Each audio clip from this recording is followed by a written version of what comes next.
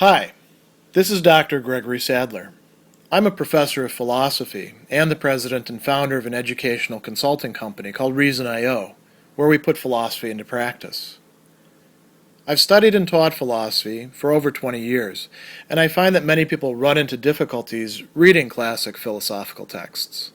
Sometimes it's the way things are said or how the text is structured. But the concepts themselves are not always that complicated, and that's where I come in.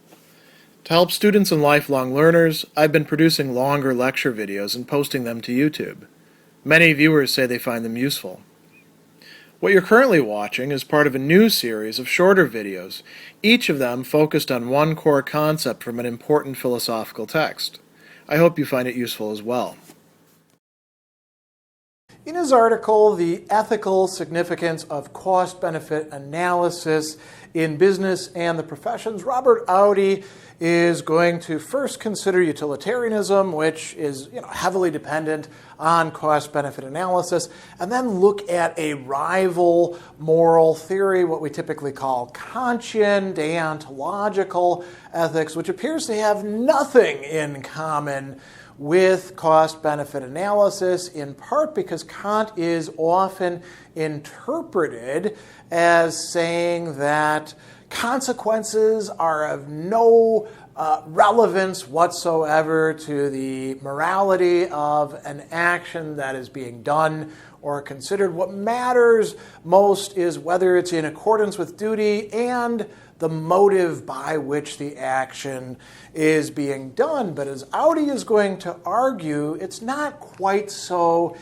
clear-cut as that. And, as a side note, if you think that really is the case for Kant, then you really ought to read not just the groundwork for the metaphysics of morals, in which Kant will talk about duties of beneficence, but also the other ethical works. The groundwork is merely an introduction to the metaphysics of morals, which includes the metaphysical elements of justice and the metaphysical elements of virtue. Kant has a number of other ethical works, and so a well-read interpretation of Kant isn't going to fall into that trap. Now, that doesn't yet mean that cost-benefit analysis as such is going to be important from a Kantian perspective, but Audi is going to argue that it actually is. And just as a bit of review, in case people aren't completely up on their Immanuel Kant, so Kantian ethics,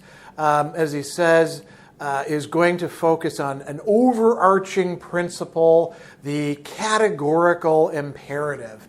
And he's got two different names for what we usually call the universalization and respect for humanity. He's going to call them universalizing maxim formulation and intrinsic end formulation. So the first one, act as if the maxim of your action were to become, through your will, a universal law of nature. He says, I take the explicit use of this to require asking whether one can rationally, very important qualifier there, universalize one's maxim. So you can't just say, oh, I'm cool with everybody beating each other up all the time. Can you actually rationally universalize that? And Audi points out that in a certain respect, this could be seen as connected to the do unto others, golden rule. If a thing is wrong, you cannot rationally will the principle on which it is based to be universal,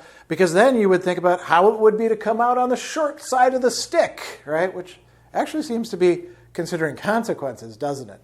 It's not exactly what Kant is doing, but it's close enough, right? And he says that if we think about this universalizing maxim, well, that's going to rule out breaking promises, particularly breaking promises on the basis of a cost-benefit analysis, which a utilitarian might be, attracted to doing. If breaking the promise would actually result in greater utility overall, greater benefits over harms, or better consequences overall for everybody concerned, well, then maybe you break the promise. And Kant would say, no, you can't break the promise because you're violating, morality by doing so. You can't universalize breaking promises. And so, this might be one militating against it. And then we have the intrinsic end formulation. Act in such a way that you always treat humanity, whether in your own person or in the person of any other, never simply as a means, but always at the same time as an end. And so he says that, if you think about obligations of beneficence, obligations to do good to other people. Utilitarianism, one of the problems with it is it seemed to be saying you have to maximize your beneficence towards other people. So like if you're rich, you should be using those riches to benefit other people. If you're poor, okay, maybe it's time, attention, stuff like that rather than money. But you should always do the most that you can. And from a Kantian perspective, I think Audi is quite correct in this. If you were to do that, you would be treating yourself merely as a means to other people's ends. And so you shouldn't do that. You should, in fact, be beneficent towards people, right? You shouldn't just say, screw everybody else, I'm not going to help anybody out. But you ought to have sort of limits on it so that you're not exhausting all of your own resources, burning yourself out, right? Treating yourself as just a utility maximizing thing rather than as a person yourself, right? So this would also seem to militate against cost-benefit analysis. So Audi says, well, cost-benefit analysis could be useful because we're going to have conflicts arising, right?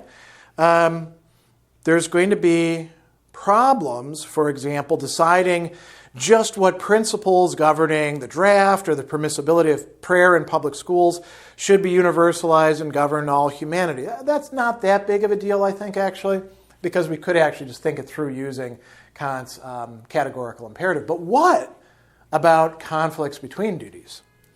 It says, what if we follow both principles that require promise keeping? Okay, so that's one thing, definitely in line with universalizing maxims, and principles that require us to render aid when we can.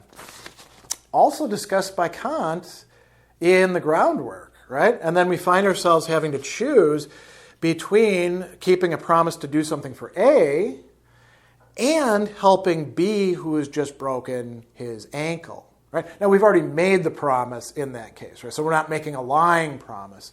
But we should keep the promises that we've actually made, shouldn't we?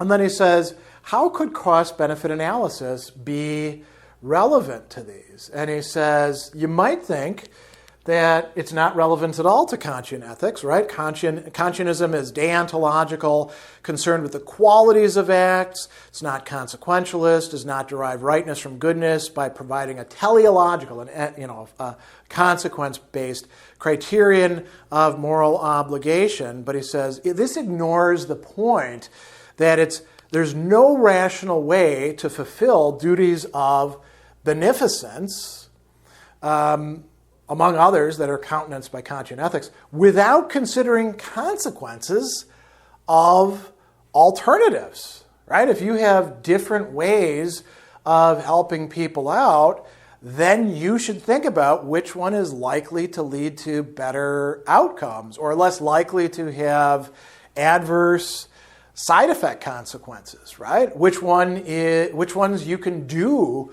most readily, most easily, right? This is pretty important. And Kant does think that you have duties of beneficence.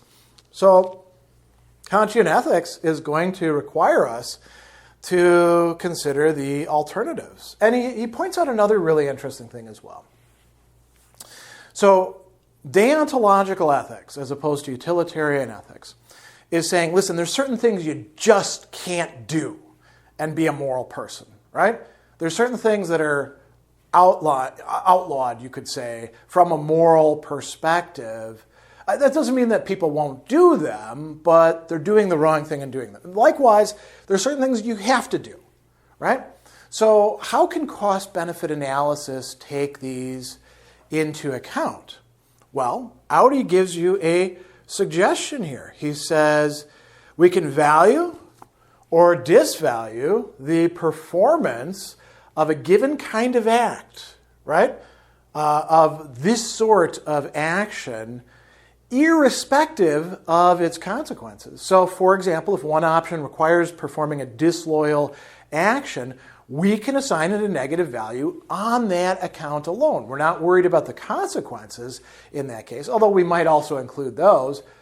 We assign a value based on the kind of action that it is. So, this seems like it could enter into the matrix of cost-benefit analysis, right?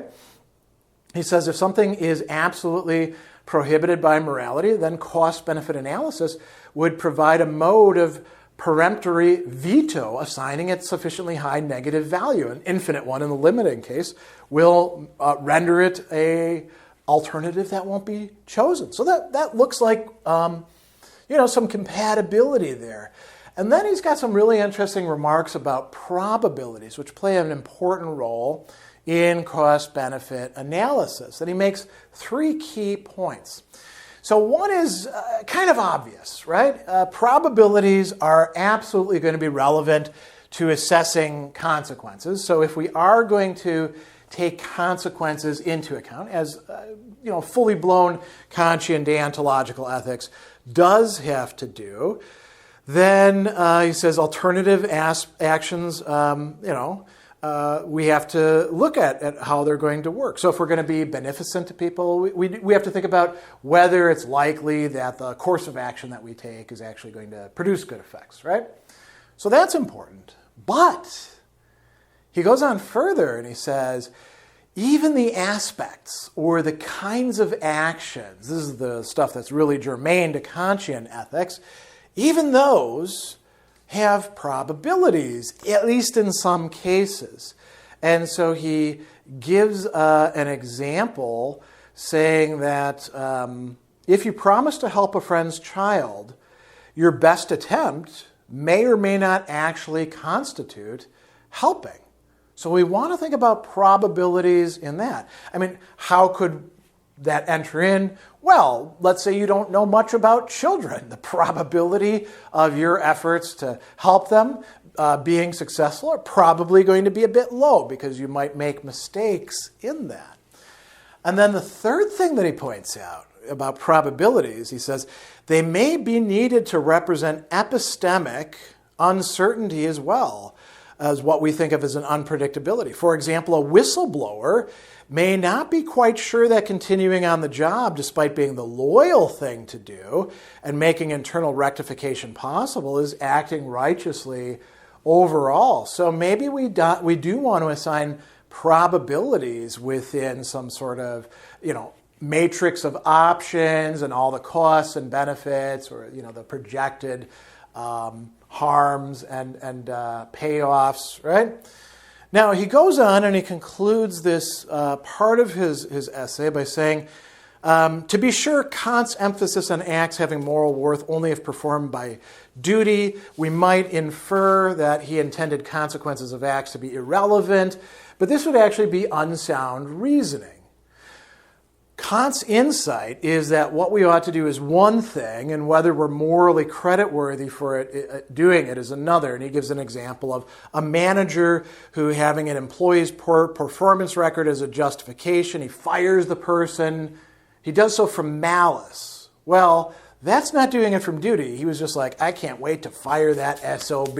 All right, I got it. You're out of here, right?